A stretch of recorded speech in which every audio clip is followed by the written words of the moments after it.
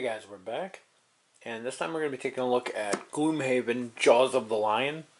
I've been wanting to get into Gloomhaven for a while, that big massive box of stuff, but from everything I've heard, it's pretty hard to learn how to play. I mean, it takes a lot of time working through to figure it out, where I've heard Jaws of the Lion here is a very easy and streamlined way to get into the game, and then you move from this on to the full game after.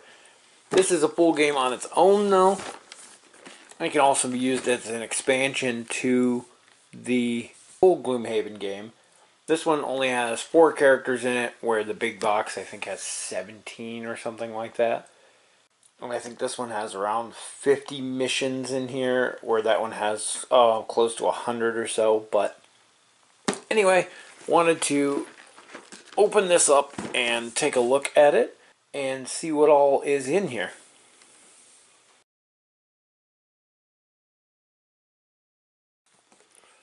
So first thing we have here is a little flyer that says to read this before you do anything else, because there is a ton of components in here, and it has a legacy aspect to it. So they have the sticker sheet, and they basically explain what everything is and tell you that while you're punching out your tokens and stuff to start sorting things, and they give you a nice tray for that.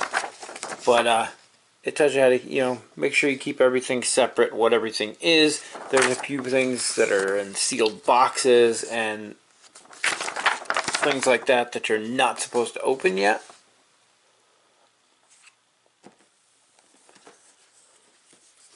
Next we have the Learn to Play guide, and this is a little bit nicer than the 50-some page rulebook that the big game comes with. And it's done step by step. This is almost, it kind of reminds me of the setup and introduction they did in like Mechs vs. Minions. But the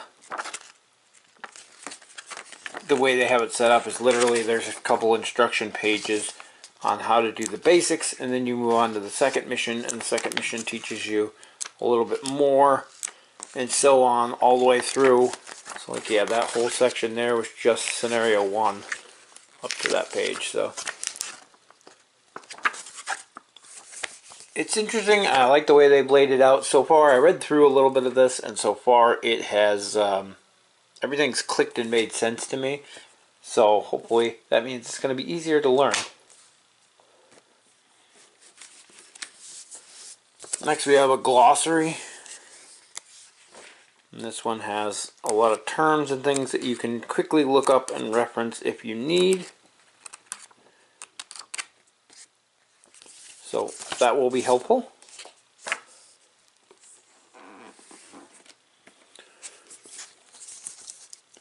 And we have our supplemental scenario book. We'll get to that one in a minute. And the actual scenario book, and this first page has like a paper laying on it that stuff stuck to the back of that tells you the story and everything that's going on leading up to where you're at. In this game you're actually playing as a mercenary group that's here in town looking for work. The really cool thing about this one is that the maps are actually in these books. So you open a book like this, there's your map, here's all the information you need, and then if the maps are too big, some of the ones later, I don't want to spoil anything, but some of the ones later are too big, that's what the supplemental book is for. This will actually attach onto a map if they go off of the page to extend them and make them bigger. Some people think that's kind of a cheap way of doing it, but I think it's super easy for setup wise. You just throw the book on the table, open it to the page you need, all the information you need is right there, the map's there, all the spawn point locations and terrain and stuff are already marked on the map. Player spawn points, monster spawn points. One of the neat changes in this over Gloomhaven is they changed the way the spawn points work.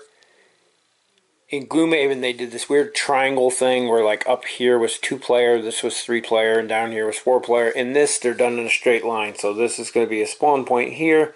For 2-player it's this line, 3-player it's this line, 4-player it's that line. So like this one, in a 2-player game you put nothing there, in a 3-player game you're going to put a regular guy there, and in a 4-player game you're going to put an elite there.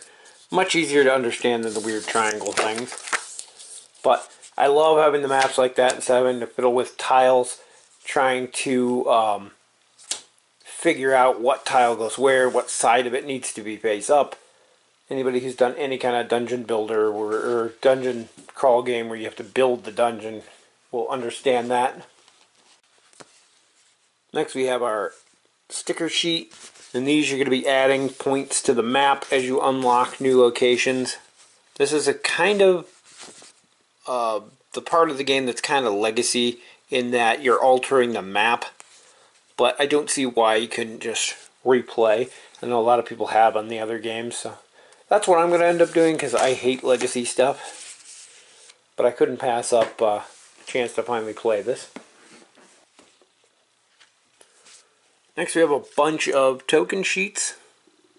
These look like coins, I think. These are damage markers. Looks like there's 1, 3, and 10s.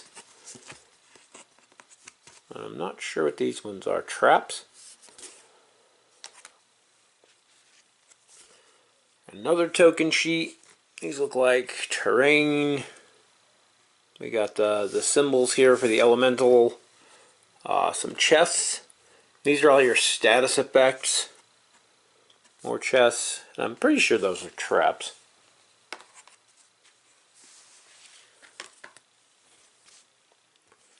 This one's all the monsters. And they did the monsters really neat. They're numbered. And we'll get to those when we get to the monster cards to show you how they function. So it's more monsters.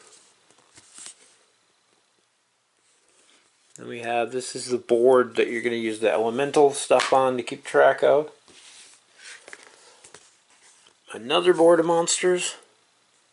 And some people complain about the character models being actual models and the monsters being standees in this. I don't mind it because it keeps the cost of the game down. I couldn't imagine how much this game would be if everything were models. Not to mention the size of the box of the original game. I mean, this one's pretty hefty on its own. Then we have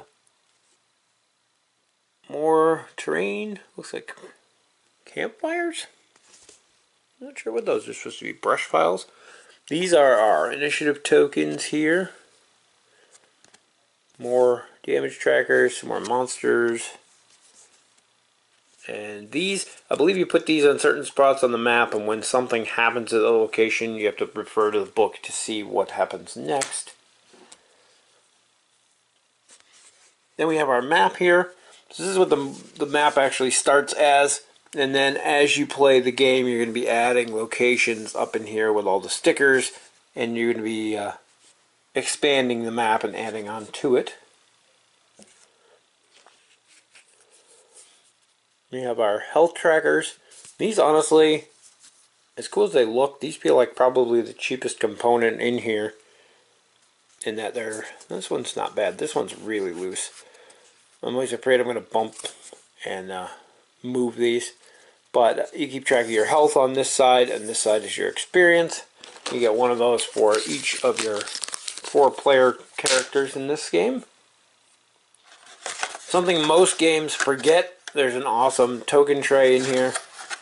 And as you punch out all those tokens from those boards, you have a place to put them. The only thing is, there is not nearly enough compartments in here for the tokens that are here. So you're going to have to do some extra storage as well.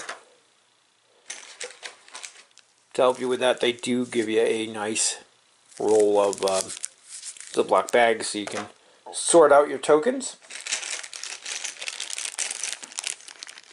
We have a bag of bases for our monsters, the white ones for the normal monsters, and the gold for the elites. We have our combat deck for the monsters, and I think not all monsters have their own deck, I think, but there's a good variety in there. I'm not positive on what all has what. And we have our monster cards here, and they're double-sided, and there's quite a bit of them here. And then they each have 4 different sides to represent the different levels of the creature. I'm going to open this one just to show you, if I can get them out. They go with these envelopes, and I'm not sure if this one lines up, but if this is the correct one for this, but you stick these in here like this with the current level side up, and then you have your stat lines on here, and that one has a really weird stat line. I should have grabbed something easier, because I'm not exactly familiar with the way they work yet. I just know the basics. So here, we'll grab something easier. And we put that in there. Let's say our level, where's our level 1? Just for reference. So you can see here, that's our level. This is our basic over here, and this is your elite. These are the stats for each as you go down. They both have the poison effect. And as you go up levels with more monsters, you can just rotate this. So in a future mission, they can be level 2, level 3, and like I said, they're double-sided. The other cool thing is how the monster tokens are numbered. When you deal damage to one of the tokens, you can say, okay, I damaged number 5, I hit him for 2 hit points. So you put 2 of those damage markers on here on number 5. That way you don't clutter up the board by trying to stack tokens next to each of the standees. So I think that's a really cool way that they double used these sleeves. And it's an interesting mechanic. I know it existed in the original Gloomhaven, but I haven't actually played that one, so that's why I'm pointing it out now. You get a bunch of those different envelopes. Like this one goes up to 10 creatures, this one goes up to 6, so that's however many creatures there are. And you get some dividers, it looks like here. These are used to separate out your different decks, I think. I'm going to say. That's what I think they're for. Next we have a set of these city cards here, and these are events that are going to happen as you're wandering around the city. And I think there's road ones in there too that are going to happen when you're outside the city. From what I've been told, the ones in the city are generally positive. The ones outside the city generally aren't. And they have a little story of what's going on, and then they have options down here at the bottom. You choose your option, you flip it over. On the back side are the results of those options, depending on what you pick. It's kind of interesting. It lets you learn more about the mindset of your party. And we have these cards here. They look like they're the goals, or I'm not sure what they're exactly called, but you get one of these that you can achieve. They're kind of like I don't know, they're kind of like achievements, and you check them off for doing certain things. This one here looks like our equipment. This is all the different equipment and stuff you can buy throughout the course of the game. And then we have our attack decks, and there's one of these for each of the characters. I think these might be the modifier cards you can mix in. Again, not positive on things. This is just an unboxing, not a review here. I'm going to do a review video probably in a week or so once I've played a few. And then you do have this decent insert in here as well. And you can see all the other stuff. It's still pretty heavy. And what these are is that each of the player characters comes in these cool boxes. They have a logo on them. There's a matching figure box with a logo on them. That's on the top and on the corner. I don't know why they put them on the corners. That's weird. But these are just like this in the other Gloomhaven game too. And depending on things in that you do, you can unlock characters. In this, there's only the 4. They all start unlocked from the beginning. But you each have, like I said, a box and a miniature. And they're only designated by the symbols for now. until you've opened them up and learned what each are. Got one there. And this last one, I will actually open. I don't want to spoil everything, but you're going to need at least one character to play, so we will open this up and take a look. And each one of these is going to contain about the same stuff. They're different, unique to that character. So we got some tokens in here, little Hatchet tokens. That's actually, this guy's name is Hatchet.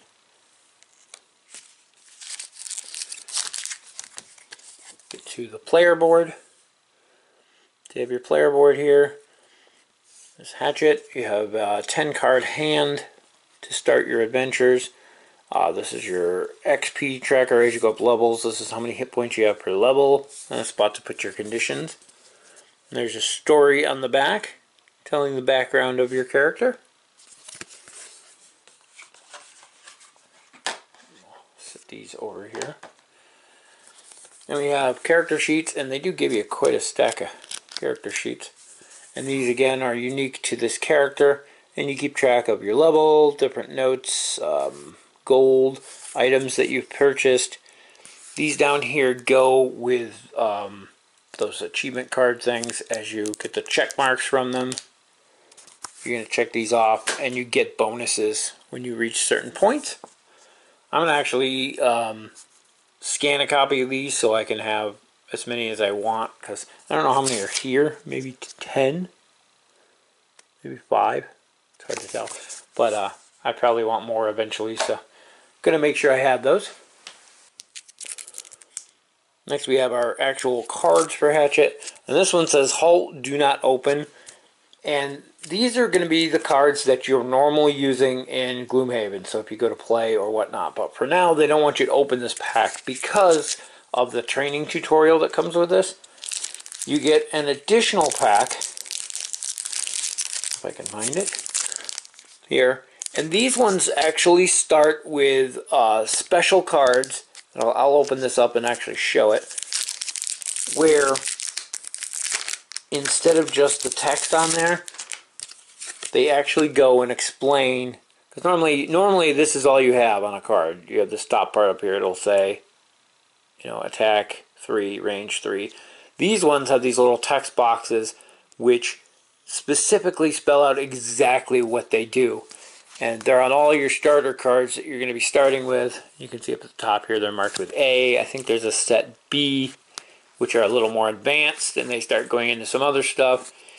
And then you move into normal cards. And these basically A and B ones are only used for the first few scenarios there, so that you can learn the basics of the game, and they have these basically little cheat sheet on there to help you with those. So that's really cool. And then those ones you're basically going to put back and never use again unless you're teaching the game to somebody, because they get replaced by the normal cards later on. So it's a kind of a cool mechanic. I like that they made it as easy as possible to learn. Also comes with a neat player reference card that tells you all the different status effects there.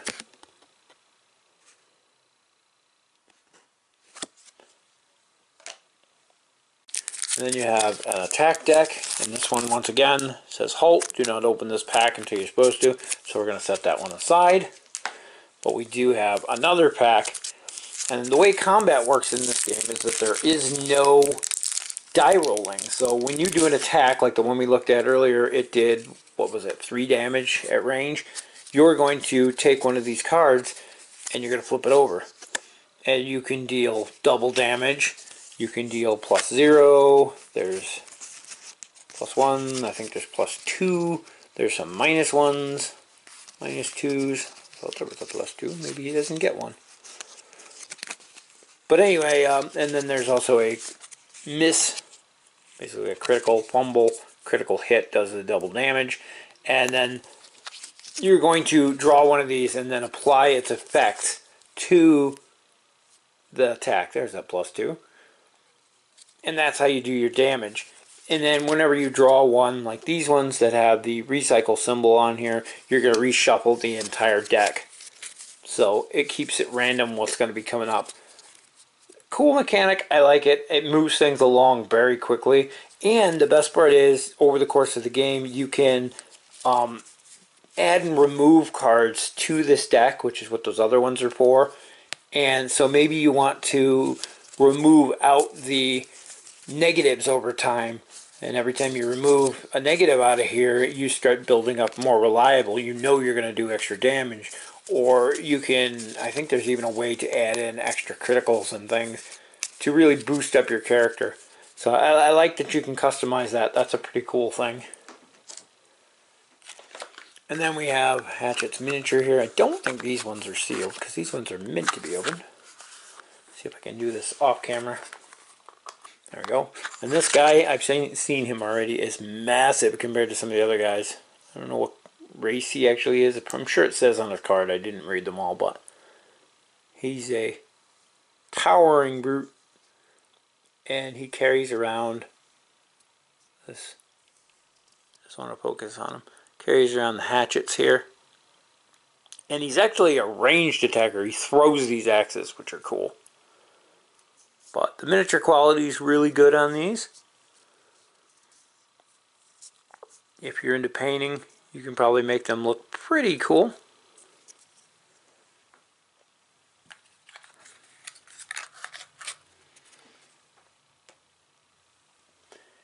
And then on top of all that stuff, you have a couple more boxes in here.